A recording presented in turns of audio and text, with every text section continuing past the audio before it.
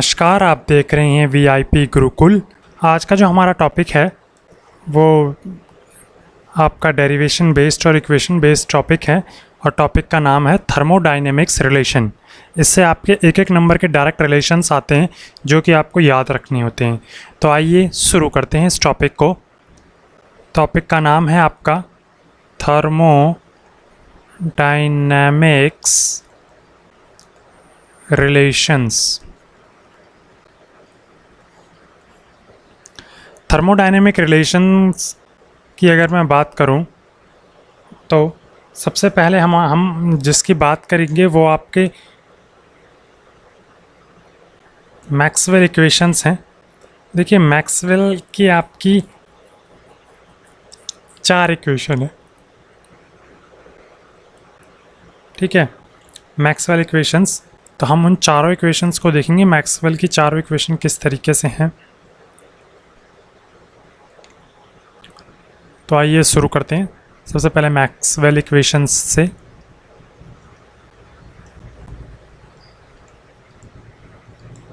Maxwell equations, अब देखिए Maxwell equation क्या होती हैं।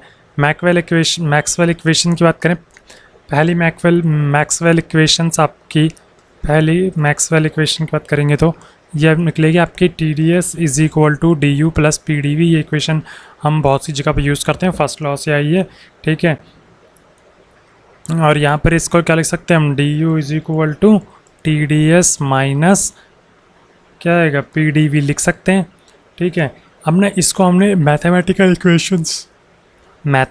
इक्वेशंस होती हैं ना आपकी m इंटीग्रेशन के लिए m dx plus n dy, इसे सॉल्व करते हैं। तो इस इक्वेशन को तो इसको सॉल्व किस तरीके से करते हैं, इसको हम सॉल्व करते हैं del m by del y, ठीक है। x is equal to del n by del x y, इस तरीके से सॉल्व करते हैं। अगर हम इस इक्वेशन में सेम चीज़ लगाएं, किस इक्वेशन में,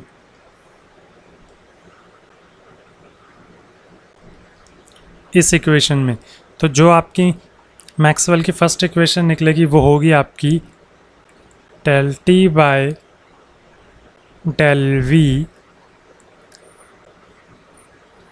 constant entropy minus del p by del s at constant volume, ठीक है। ये हो गया आपका।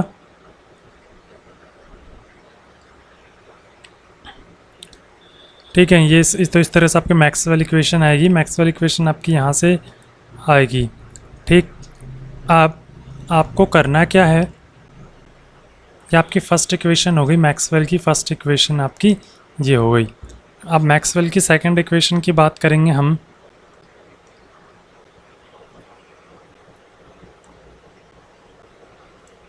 मैक्सवेल की सेकंड इक्वेशन आपकी किससे निकलेगी, जो आपका TdS is equal to open system का होता है DH माइनस VdP, ठीक है। यहाँ से हम क्या निकाल लेंगे, यहाँ से हम निकाल लेंगे DH, जो कि क्या हो जाएगा TdS प्लस VdP। इसी पे हम लगाएंगे इंटीग्रल वाला फॉर्मूला, तो क्या होगा del Z is equal to MdX plus Ndy, ठीक है। तो इसको सॉल्व करेंगे तो क्या हो जाएगा, अगर हम इसको सॉल्व करेंगे, और मैं बार बार नहीं लिखूँगा, मैं आपको एक बार बता दिया, तो मैं इसको बार बार नहीं लिखना चाहता, तो हम इस वाली इक्वेशन पर लगाएंगे इसका, तो वो आपका आएगा del t by del p at constant entropy is equal to del v by del s at constant pressure. ये आपकी होगी मैक्सवेल की दूसरी इक्वेशन, ठीक है।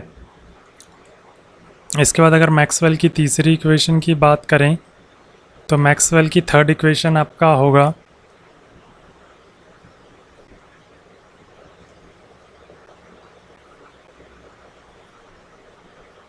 मैक्सवेल की थर्ड इक्वेशन की बात करें तो मैक्सवेल की थर्ड इक्वेशन आती है F is equal to U minus T S. ये हमने अवेलेबिलिटी फंक्शन पढ़ा था ना, वहाँ गिब्स फंक्शन और हेल्महोल्ट्ज़ फंक्शन था, ये उनसे निकलेगी।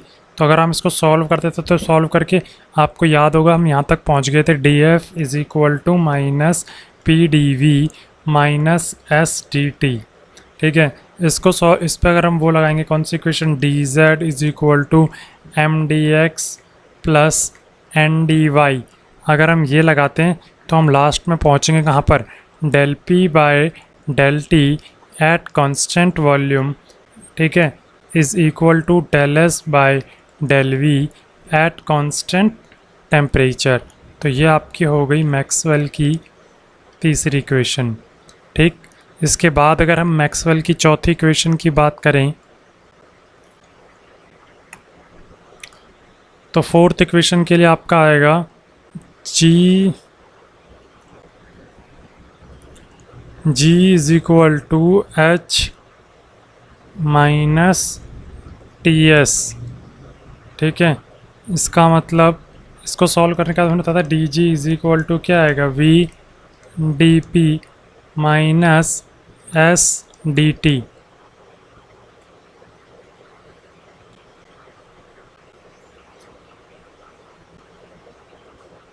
ठीक है, अब अगर हम इसको सॉल्व करेंगे तो यहाँ पर आएगा del V by del T at constant pressure is equal to minus del S by del P at constant temperature.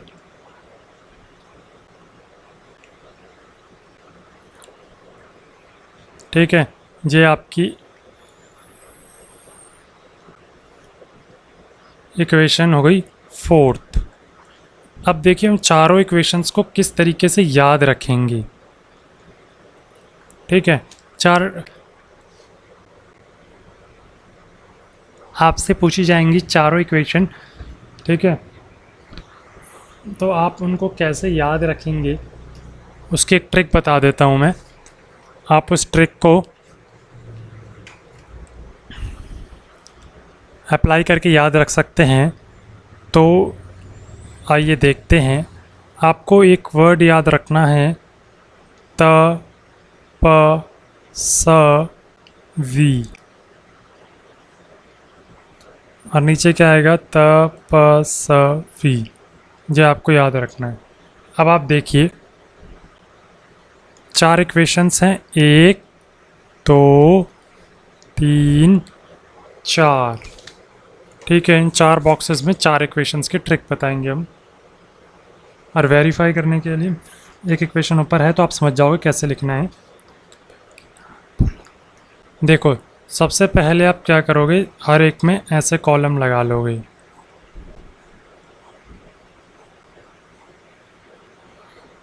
अब आपको क्या करना है, इन चारों में इस तरीके से मोशन लाना है। किस तरीके से लाना है, पहले साइकिल चलेगी आपकी clockwise,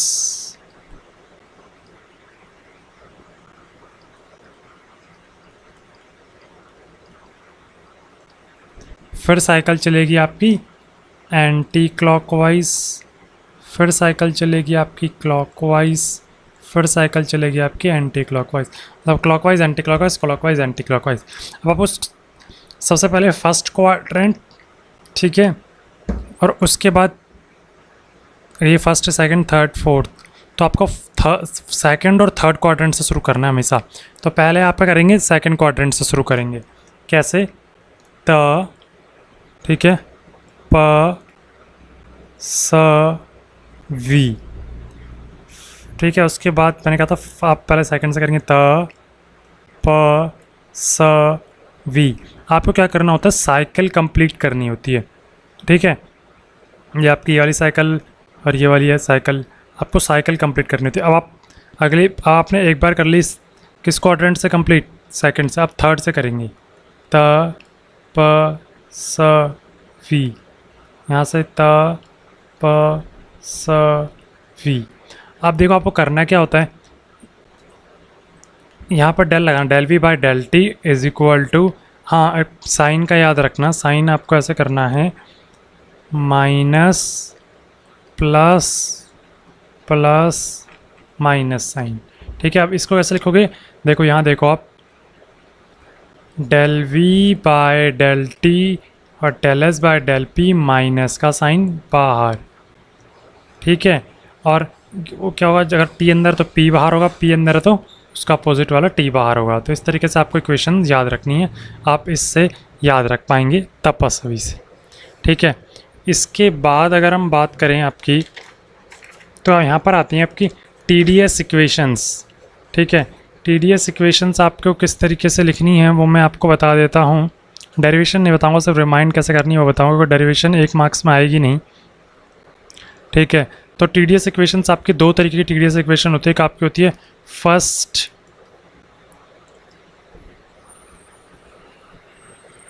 T D S equation, ठीक है, एक आपकी होती है first T D S equation और एक आपकी होती है second T D S equation. पहले first T D S equation को कैसे याद रखनी है, देखो first T D S equation आपकी ना close system, first law of thermodynamics close system से बनेगी, जो कि आपके कुछ इस तरीके से होगी, T D S is equal to d U plus P d V. ठीक है, अब देखो मैं इसको आपको बता देता हूँ टी डी ये कैसे बनेगी। देखो डायरेक्ट इक्वेशन बता रहा हूँ डेरिवेशन को छोड़ करके, तो डायरेक्ट इक्वेशन देखिए आप, जो आपको याद रखनी है, याद करने के तरीके के साथ। टी डी एस है तो पहले टी डी एस इक्वेशन तो टी डी एस शुरू होगी, इज इक्वल टू, इसका फॉर्मूला क्या होता है, डी यू का अगर आपसे कोई पूछे तो m C V d T, तो यहाँ पर मास में होगा तो सी वी डी टी के साथ लिखेंगे। ठीक है, प्लस यहाँ पर क्या है पी डी वी।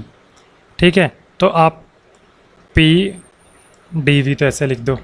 ठीक है, अब यहाँ पर P है, यहाँ V है, अब करना है जो यहाँ पर है ना उसको तो ब्रैकेट के बाहर कांस्टेंट लिखना है। ठीक है, और P V is equal to R T, यहाँ पर क्या बचा, P और V है तो बचा क्या T, तो डेल T। ठीक है, ये आपकी टी डी एस इक्वेशन लिखने का तरीका हो गया है। आप ऐसे ही टी डी एस इक्वेशन याद रख सकते हैं। देखो मैं आपको फिर से रिमाइंड कराता हूँ किस तरीके से याद रखना है। ये आपकी पहली टी डी एस इक्वेशन हो गई, first T D S equation. याद करने तरीका, डी यू क्या होता है, m C V d T होता है तो सी वी डी टी लिख दिया, पी और डी वी यहाँ है तो हम ये कुछ नहीं करेंगे, डेल पी और डेल वी लिख देंगे। जो चीज़ यहाँ पर होगी उसको कांस्टेंट बनाएंगे नीचे ब्रैकेट के बाहर, और आपको पता है P V is equal to R T होता है, ये तो कांस्टेंट है, प्रॉपर्टीज़ तो ये 3 है, तो 2 के बाद जो बची ना वो नीचे आएगी टी, तो इसे आप इक्वेशन लिख सकते हैं टी डी एस इक्वेशन। ठीक है, एक चीज़ और यहाँ से लिखी जाती है, सी वी की जो वैल्यू होती है वो होती है आपकी del T S upon del T at constant volume. ठीक है, ये सी वी की होती है, इसको भी आप याद रखेंगे। ये इसके डेरिवेशन के बीच में ड्राइव को क्या आती है, अगर आपको सी वी इस तरीके से आएगा del S by del T.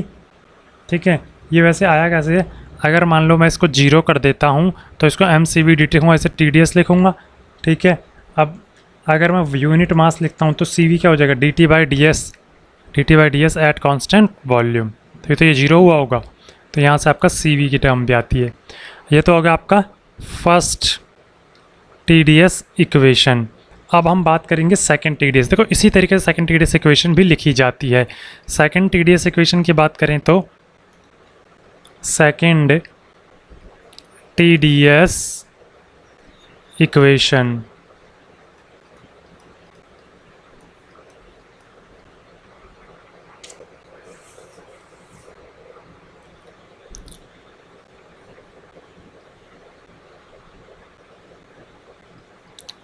Second T D S की इक्वेशन लिखी जाएगी ओपन सिस्टम वाले से। ठीक है, अब इसको सॉल्व करने, इसको लिखने के लिए मैंने आपको जो तरीका बताया उसको अप्लाई करके देखो एक बार। देखो टी डी एस तो एज इट इज़ लिखना है, डी एच को क्या लिखते हैं, डी एच को लिखते हैं m C P d T, तो यहाँ पर लिख दो सी पी डी टी। ठीक है, माइनस का साइन है तो माइनस का साइन लगा दो। ठीक है, वी है तो यहाँ लिख दो डेल वी। ठीक है, यहाँ पर क्या है आपका डी पी, तो डी पी रहने दो, पी आए तो पी आर रहने दो, तो यहाँ पर हो जाएगा डेल टी। एक चीज़ थी दोनों में रह गई, आपको बाहर टी भी लिखना है, जब डेल टी ऊपर है तो डेल टी नीचे भी लिखना है, और डी या टी से कटेगा तो ऊपर भी आएगा, याद रखने का तरीका ये। तो ये आपका बन गया टी डी एस की सेकेंड इक्वेशन।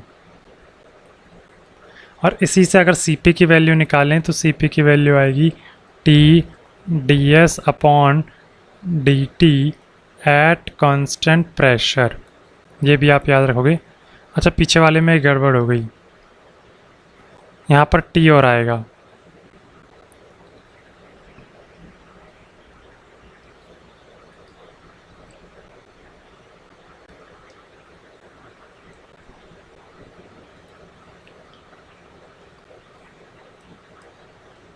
यहाँ पर टी और आएगा।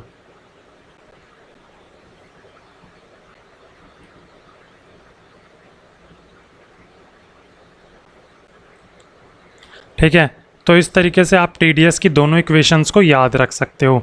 मैं यहाँ पर डेरिवेशंस पर नहीं जा रहा हूँ क्योंकि डेरिवेशन 1 मार्क्स में नहीं आती। आप याद कैसे रखेंगे इस पर फोकस दे रहा हूँ, जाके आपको चीज़ें पता रहें।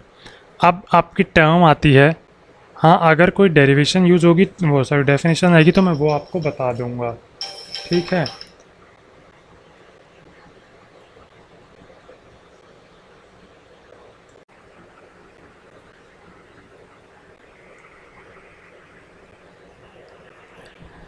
तो हम जिस टॉपिक पर बात कर रहे थे वो है वॉल्यूम एक्सपेंसिविटी। इसके बाद एक टर्म आपकी इसमें आती है वॉल्यूम एक्सपेंसिविटी। यहाँ पर आपका आएगा वॉल्यूम क्या है, एक्सपेंसिविटी। ठीक है, अब वॉल्यूम एक्सपेंसिविटी में आपका क्या होगा, वॉल्यूम एक्सपेंसिविटी को आप बीटा से डिनोट करोगे। ठीक है, वॉल्यूम एक्सपेंसिविटी बीटा से डिनोट होता है। वॉल्यूम एक्सपेंसिविटी क्या होती है आपका, change in volume with respect to change in temperature at constant pressure. इसको डिनोट करते हैं बीटा से। फॉर्मूला बनता है 1/v dv/dt change in volume with respect to change in temperature at constant pressure. ये आपकी एक इम्पॉर्टेंट फार्मूला हो गया जो आपको याद रखना है वॉल्यूम एक्सपेंसिविटी का। इसके बाद एक टर्म और होती है आइसोथर्मल कंप्रेसिबिलिटी। ठीक है, उसको हम कैसे लिखते हैं, तो उसके लिए हम लिखते हैं आपका आइसोथर्मल कंप्रेसिबिलिटी। आइसोथर्मल कंप्रेसिबिलिटी का लिखते हैं हम KT से डिनोट करते हैं आइसोथर्मल कंप्रेसिबिलिटी को। ठीक है, आइसोथर्मल कंप्रेसिबिलिटी को हम KT से डिनोट करते हैं और इसका होता है आपका, इसको हम इसका डेफिनेशन पहले बताऊं तो ये आपका बल्क मॉडुलस का रेसिप्रोकल होता है। और आपका जो आइसोथर्मल कंप्रेसिबिलिटी होता है इसका मतलब होता है define as the ratio of direct stress to volumetric strain, direct stress to volumetric strain. ठीक है, तो इसको मैं डेफिनेशन की तरीके से अगर बताऊं तो इसको आप लिख सकते हो, it is define as the reciprocal, it is defined as the reciprocal of bulk modulus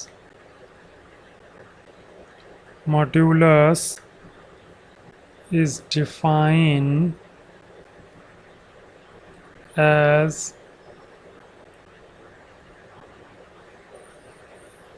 bulk modulus and it is defined as the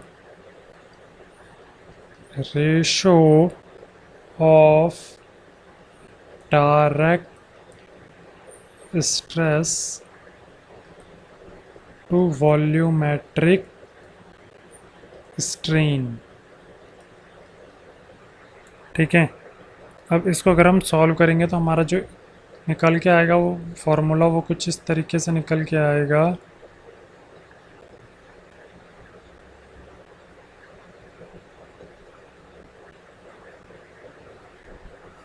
KT का फॉर्मूला जो होता है आपका, KT का फॉर्मूला जो होता है -1/v। अभी तक क्या था, चेंज इन वॉल्यूम। आपका जो वॉल्यूम एक्सपेंसिविटी था वो चेंज इन वॉल्यूम था with respect to change in time. यहाँ पर टेम्परेचर, सॉरी ये हो तो चेंज इन प्रेशर होगा। Change in volume change in pressure at constant temperature, ये आपका KT का फॉर्मूला है। ठीक है, इसके बाद आपका एक एक फॉर्मूला और होता है, इसको आप याद रखना direct, C P minus C V is equal to आपका होता है T V beta square upon में के टी। ये आपको एक रिलेशन और याद रखना है, इनके डेरिवेशंस होते हैं पर आपको रिलेशन याद रखना है, टी वी बीटा स्क्वायर के T V beta square upon के टी। ठीक है,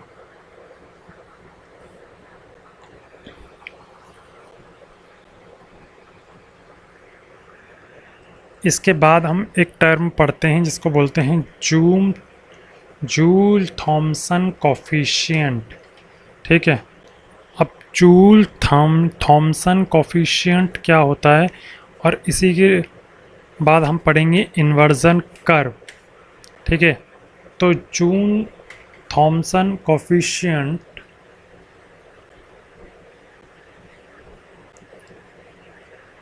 अब जो हमारी हेडिंग है वो है जूल थॉमसन कोफिशिएंट।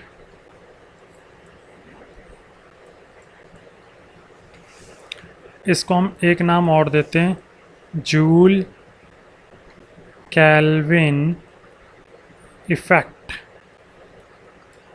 ठीक है, अब इसमें क्या करते हैं हम, जूल थॉमसन कोफिशिएंट निकालते हैं। यहाँ पर इन्वर्जन कर्व का स्लोप भी होता है, इसको म्यू से डिनोट करते हैं, और ये आपका होता है d T by d P at constant enthalpy, यानी change in temperature with respect to change इन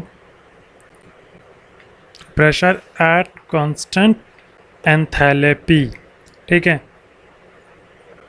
ये आपका फॉर्मूला होता है। और इसके लिए एक चीज़ और बोली जाती है, फॉर एन, ये आपको याद रखना पड़ेगा, for an ideal gas, for an ideal gas Joule Thomson coefficient, the value of Joule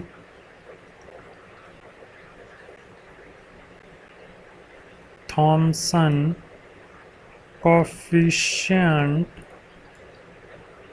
the value of Joule Thomson coefficient is 0 for an ideal gas, is 0 for an ideal gas.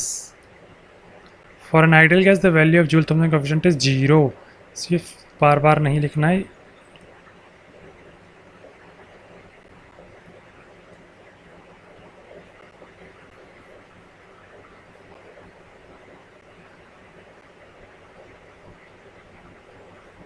ठीक है, तो ये आपको ध्यान में रखना है कि आइडियल गैस के लिए आपके जूल थॉमसन कोफिशिएंट की वैल्यू क्या हो जाती है, 0 हो जाती है।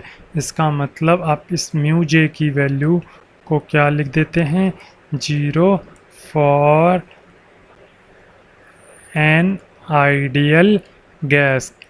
ठीक है, अब ये आपको हम इन्वर्जन कर्व बताएंगे। इन्वर्जन कर्व जिसका ये स्लोप होता है, ये जूल थॉमसन कोफिशिएंट का होता है, स्लोप होता है किसका, इन्वर्जन कर्व का। तो इन्वर्जन कर्व क्या होता है, इन्वर्जन कर्व की अगर हम बात करें,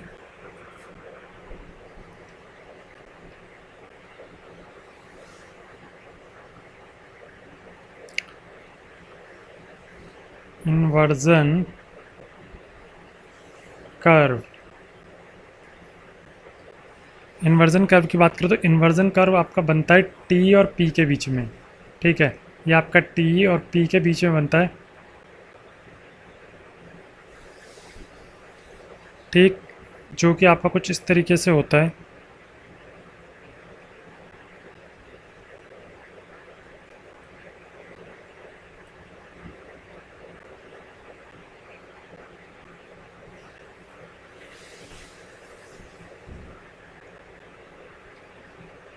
इस कर्व को बोलते हैं इन्वर्जन कर्व। इन्वर्जन कर्व क्या होता है, जो लोकस ऑफ, यहाँ पर क्या होता है, स्लोप जहाँ पर 0 होगा, यहाँ स्लोप 0 होगा, यहाँ स्लोप 0 होगा, यानी आपका जो म्यू की लोकस होता है ना, म्यू का जो लोकस होता है उसको जब हम मिलाते जाते हैं तो एक कर्व बनता है, उसको इन्वर्जन कर्व बोलते हैं, जहाँ स्लोप 0 हो। ठीक है, तो ये आपका क्या है, वेरिएशन दिखाया गया है टेम्परेचर के चेंज से प्रेशर के चेंज का। ठीक है, इसमें इन्वर्जन कर्व के आउटसाइड वाला एरिया होता है, इसको बोलते हैं हीटिंग रीजन, क्योंकि यहाँ पर क्या हो रहा है, टेम्परेचर को कम करने पे प्रेशर को कम करने पर टेम्परेचर क्या हो रहा है, बढ़ रहा है, तो इसको बोलते हैं आप हीटिंग रीजन। ठीक है, यहाँ पर टेम्परेचर कम करने से प्रेशर कम करने से टेम्परेचर भी कम हो रहा है, तो इसको बोलते हैं हम कूलिंग रीजन, जो कि ये वाला पार्ट आपका कहाँ यूज़ होता है, रेफ्रिजरेटर में यूज़ होता है। ठीक है, तो ये आपका क्या हो गया, इन्वर्जन कर्व हो गया। इसको डिफाइन करेंगे तो यहाँ लिखेंगे it is obtained by inversion curve is obtained by joining the peak of isenthalpic होता है,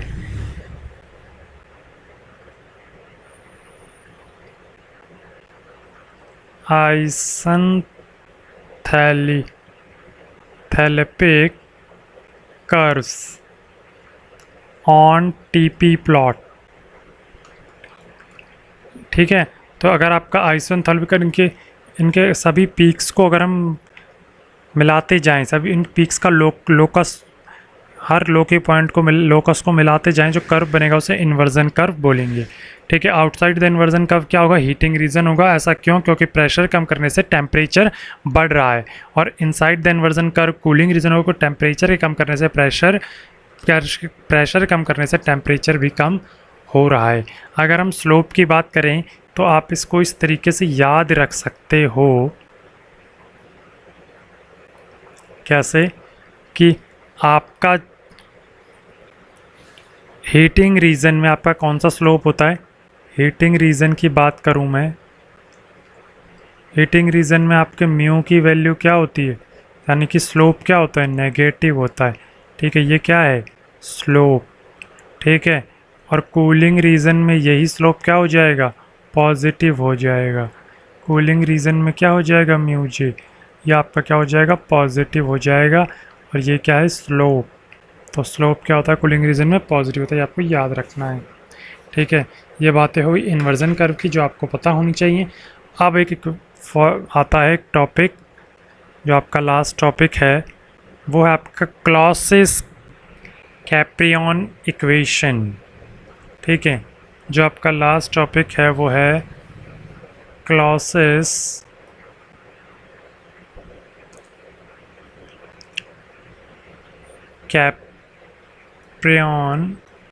इक्वेशन। ठीक है, अगर इस क्लॉसियस-कैप्रियन इक्वेशन की बात की जाए तो देखिए, अभी तक हम जो टीएस डायग्राम बनाते थे, यहाँ पर हम अगर मान लो मैं टीएस डायग्राम बनाता हूँ, टीएस डायग्राम बनाते हैं तो वो कुछ इस तरीके से कांस्टेंट प्रेशर पे बनाते हैं। तो कांस्टेंट प्रेशर आपकी लाइन, ये लाइन आपकी कांस्टेंट प्रेशर लाइन है। ठीक है, ये बनाते थे हम अब तक। ठीक, ये आपकी कौन सी लाइन थी, P = C। ठीक है, in the wet region constant pressure and constant temperature line are same. आपको दिख रहा होगा कि अगर मैं कांस्टेंट टेम्परेचर लाइन खींचूं तो वो भी यहाँ से जाएगी इस टेम्परेचर पर। तो आप देख रहे हैं वेट रीजन में दोनों की दोनों क्या हैं, सेम है। तो मैं लिख सकता हूँ यहाँ पे, in wet region constant pressure and constant temperature lines are same। ठीक है, that is pressure and temperature independent of volume. इसका मतलब क्या हुआ कि इस जगह पर आपका जो प्रेशर है और टेम्परेचर है वो वॉल्यूम पे डिपेंड नहीं कर रहा है, आर इंडिपेंडेंट of वॉल्यूम, ये मानते हैं आप, इंडिपेंडेंट ऑफ वॉल्यूम। ठीक है, तो इसको जो हम सॉल्व करते हैं तो क्लॉसियस कैप्रिकॉन इक्वेशंस आती है, जो आपका जो इक्वेशन आपको याद रखनी है ये होती है आपकी dp/dt at constant volume is equal to hg minus hf upon में t vg माइनस vf। ये आपकी इक्वेशन होती है, इसे बोलते हैं क्लॉसियस कैप्रिकॉन इक्वेशन, जो आपको याद रखनी है, इम्पॉर्टेंट इक्वेशन है। ठीक है, इसको आप इस तरीके से भी लिख सकते हैं, HFG T VFG भी लिख सकते हैं। ठीक है, इसी को फर्दर अगर एक्सप्लेन करते हैं तो यही इक्वेशन बनती है आपकी dp/dt